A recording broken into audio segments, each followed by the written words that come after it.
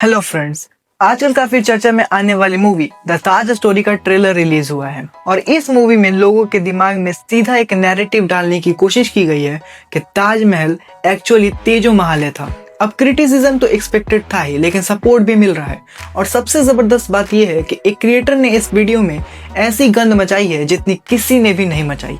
मुझे तो आयरनी तब लगी जब यूट्यूब ने खुद उसका वीडियो मेरे फीड में रिकमेंड किया। मैं भी इसी टॉपिक पर वर्क कर रहा था, तो फिर मैंने डिसाइड किया कि मूवी के फालतू क्लेम्स को टैकल करने के साथ साथ ऐसे 2 कौड़ी के इन्फ्लुएंसर्स के क्लेम को भी ढंग से टैकल कर दिया जाए। तो इस वीडियो में हम सिर्फ एक्सपोज नहीं करने वाले हैं, बल्कि आपको फैक्ट के साथ मूवी के क्लेम्स के पीछे की रियलिटी बताएंगे। चलो शुरू करते हैं। ये है द ताज स्टोरी का सच। परेश रावल ने जो क्वेश्चन पूछा है, ये क्वेश्चन कब से मेरे मन के अंदर ऐसे तड़प रहा था कि क्या वाकई ताजमहल शाहजहां ने बनवाया था। अब मैं बताता हूँ इनके मन में और कौन कौन से सवाल उछल रहे हैं। जैसे कुतुब मीनार विष्णु मंदिर है, अर्जुन की दान को अंग्रेजों ने अर्जेंटीना बना दिया, ऑस्ट्रेलिया नहीं अस्त्रालय है, और क्रिश्चियनिटी कृष्ण की नीति से बनी है। और ये सॉन्ग तो आपने जरूर सुना होगा। क्या पंडित ही पठान है, क्या तिवारी ही तालिबान है, क्या चीन ही चमार है, क्या हम बिहारी ही बीमार है। जो हम लोग हंसते हुए सुनते हैं, पर ये बंदा इसको भी सीरियस होकर सुनता है और कल को अगर इसे मौका मिले ना तो उल्टा सीधा घुमाकर इसको भी प्रूफ कर देगा। लेकिन उससे पहले आप सभी को शुभ दीपावली। इसके पश्चात आप लोग अपने सामान की खरीदारी वहीं से करें जिनके घर में दीपावली मनती है, जिनके घर में लक्ष्मी जी की पूजा होती है। बाकी आप स्वयं समझदार हैं। अब इसके इसी बात से ये समझ आ गया है कि इसके थॉट्स कितने नफरत फैलाने वाले हैं। पर चलो उस पर ज्यादा बात नहीं करते हैं, आगे देखते हैं ये अनपढ़ अपने वीडियो में और कितनी गंद फैलाता है। पुरुषोत्तम नागेशोक ने जो किताब लिखी थी, उस किताब के बेस के आधार के ऊपर इन्होंने ये मूवी को बनाया है। अब कोई भी मूवी जब आप हिस्ट्री बेस बनाते हो तो उसके पीछे कोई ना कोई फैक्ट होता है या तर्क होता है। अब वो तर्क अगर तार्किक हो तभी उसके ऊपर बात की जा सकती है, और इस मूवी के अंदर तर्क के आधार पर बात की है। जिस तर्क और फैक्ट वाली बुक के लेखक के बारे में ये बात कर रहा है उसको भी हम आगे फुल डिटेल में कवर करेंगे, लेकिन उससे पहले कुछ और पार्ट्स देख लेते हैं। बात की है जैसे कि परेश रावल का ये डायलॉग, मैं कोई ऐसा मकबरा कभी देखा है कि जिसके ऊपर गुम्बद हो, गुम्बद पर कलश हो, इसका ताजमहल का डीएनए टेस्ट करवाए। परेश रावल इस मूवी के अंदर एक गाइड का काम कर रहे होते हैं, जिनके मन के अंदर काफी सारे क्वेश्चन एक तर्क के अनुसार में निकल रहे होते हैं। अब वो ताजमहल का जो गुम्बद है उसके ऊपर में कलश क्या कर रहा है, ये तार्किक। अब जरा जूम करना थोड़ा।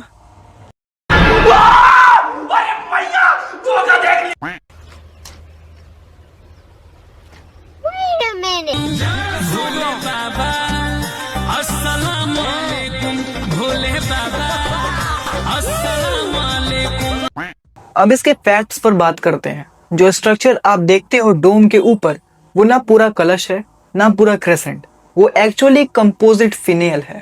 ये दोनों मिलकर बनाते हैं कि इंडो इस्लामिक फ्यूजन सिंबल, जिसमें नीचे का लोटस इंडियन हिंदू आर्ट से लिया गया है और ऊपर का क्रेसेंट इस्लामिक ट्रेडिशन से। यानी ये एक हाइब्रिड इंडो इस्लामिक सिंबल है जिसमें दोनों संस्कृतियों का कंट्रीब्यूशन क्लियरली दिखाई देता है। अब आगे बढ़ते हैं। पृथ्वीराज चौहान, छत्रपति शिवाजी महाराज, संभाजी महाराज, ये सब के बारे में लिखने के लिए आपके पास शब्द नहीं है। आपको नहीं लगता?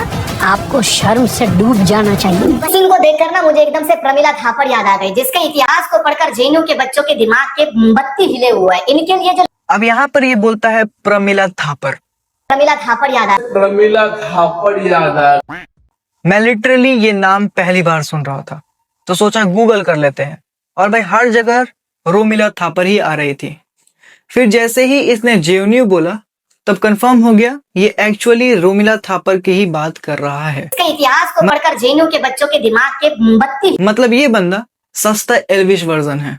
लिखा है, माना कि तू अनपढ़ टाइप का है, लेकिन क्या इतना भी पढ़ना नहीं आता कि हर्ष मंदर और हरमंदर सिंह में डिफरेंशिएट कर सके? पकड़ लिया। अब चलो रोमिला थापर के बारे में एक क्विक समरी देख लेते हैं। रोमिला थापर एक लीडिंग इंडियन हिस्टोरियन है जिन्हें एंशिएंट इंडियन हिस्ट्री और सेकुलर फैक्ट बेस्ड रिसर्च के लिए पूरी वर्ल्ड में रिकॉग्नाइजेशन मिली है। उन्होंने जेएनयू यानी जवाहरलाल नेहरू यूनिवर्सिटी में पढ़ाया है और कई इन्फ्लुएंशियल बुक्स लिखी है। मेजर अवार्ड्स और ऑनर्स की बात करें तो क्लर्क Prize, Oxford, SOAS London, Brown University और एडनबर्ग जैसे यूनिवर्सिटीज में डॉक्टरेट और fellowship, American Academy of Art and Science की फॉरेन ऑनरी मेंबर, और भी बहुत कुछ। आप चेक कर लेना वरना वीडियो झूठ मूठ का लंबा हो जाएगा। इनकी फेमस बुक्स है early India, Ashoka and the decline of Mauryas, ancient India social history और भी बहुत सारे नाम हैं। तो सिंपल शब्दों में रोमिला थापर वो हिस्टोरियन है जिनका काम रिसर्च और फैक्ट्स पर बेस है, ना कि व्हाट्सएप यूनिवर्सिटी के फॉरवर्ड्स पे। लेकिन आप लोगों को विश्वास नहीं होगा कि जो उर्मिला थापर है उसके पास इतिहास की कोई गारंटी नहीं है, कोई पढ़ी लिखी है ही नहीं इतिहास का, ना कोई डिग्री और ना ही कुछ ऐसा है। आप लोगों को विश्वास नहीं होगा कि जो उर्मिला थापर है उसके पास इतिहास की कोई गारंटी नहीं है, कोई पढ़ी लिखी है। अकॉर्डिंग टू जर्मन शेफर्ड, जिसने अपने इस वीडियो के अंदर ये बात कही थी कि जो पुरुषोत्तम ओक है उनके पास कोई डिग्री नहीं है तो उन्हें अधिकार नहीं इतिहास पे बात करने का। ठीक उसी प्रकार से तेरे पास भी कोई डिग्री नहीं है जो इतिहास के ऊपर तू बात करता है। लेकिन किसी दिन वक्त निकाल कर भोसड़ी का कहूंगा तुझे। मतलब ये फैक्ट बेस्ड वीडियो बनाता है। ओ सॉरी, फैक्ट्स तो इसके वीडियो में कहीं है ही नहीं। पर चलो कम से कम इतना तो हर किसी को पता होता है कि फैक्ट बेस्ड जो डॉक्यूमेंट्रीज होती है वो दो मेजर सोर्सेस से बनती है। फर्स्ट ऑब्जर्वेशनल डॉक्यूमेंट्री और सेकंड डाटा ड्रिवन या रिसर्च बेस्ड डॉक्यूमेंट्री। और मेजर क्रिएटर्स जैसे मैं, ध्रुव, नीतीश और भी बहुत लोग, हम लोग मोस्टली सेकंड मेथड का यूज करते हैं। इसमें हम डेटा, फैक्ट्स और वेरीफाइड सोर्स का यूज करके वीडियोस बनाते हैं ताकि ऑडियंस को रियल इन्फॉर्मेशन मिले। पर तेरे पल्ले ये बात नहीं पड़ेगी क्योंकि तू कोई सोर्स यूज ही नहीं करता है, बस हवा में उड़ती बातें और व्हाट्सएप के स्क्रीनशॉट्स लेकर फैक्ट बेस करते रहता है। इसके वीडियो में कोई फैक्ट मिला ही नहीं मुझे।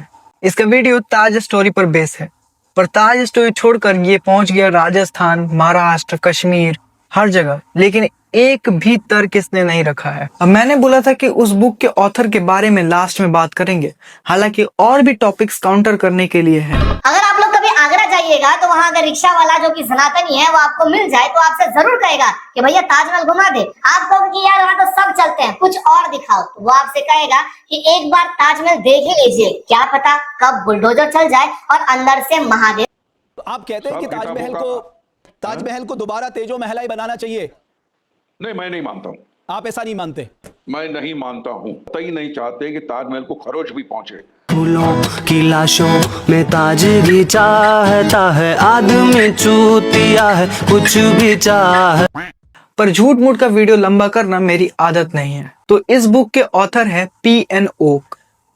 पी.एन. ओक खुद को हिस्टोरियन बोलते थे, लेकिन उनका काम स्टैंडर्ड हिस्टोरिकल रिसर्च के अकॉर्डिंग नहीं था। ना आर्कियोलॉजिकल एविडेंस, ना पीर रिव्यूड रिसर्च, कुछ भी नहीं। सब कुछ मिथ और अपने पर्सनल स्टोरीज पर बेस्ड था। हमारा मर्जी है, हमारा दिस इज आवर टारगेट। अब सुनो इनके कुछ फेमस थ्योरीज।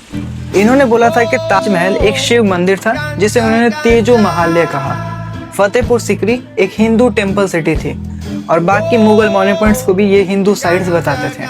और तो और क्रिश्चियनिटी कृष्ण की नीति है और वर्ल्ड हिस्ट्रीज को भी इन्होंने हिंदुइज्म से डिराइव हुआ बताया। लेकिन इन सब क्लेम्स को हिस्टोरियंस ने क्लियरली रिजेक्ट किया है क्योंकि कोई क्रेडिबल एविडेंस एग्जिस्ट ही नहीं करता। इंडियन कोर्ट्स ने भी उनके ताजमहल वाले क्लेम को डिसमिस कर दिए हैं।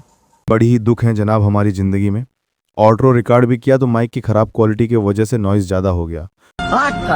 हमने गरीबी देखी है। बाकी का पार्ट कभी और। तब तक के लिए बाय, मिलते हैं नेक्स्ट वीडियो में। पर इस वीडियो को लाइक और शेयर कर देना और चैनल को सब्सक्राइब भी। पी.एन. ओक की फुल हिस्ट्री जाननी है तो कमेंट में एक्सपोज पी.एन. ओक लिख दो। 50 से ज्यादा कमेंट्स इस पर आएंगे तो वीडियो बना दूंगा।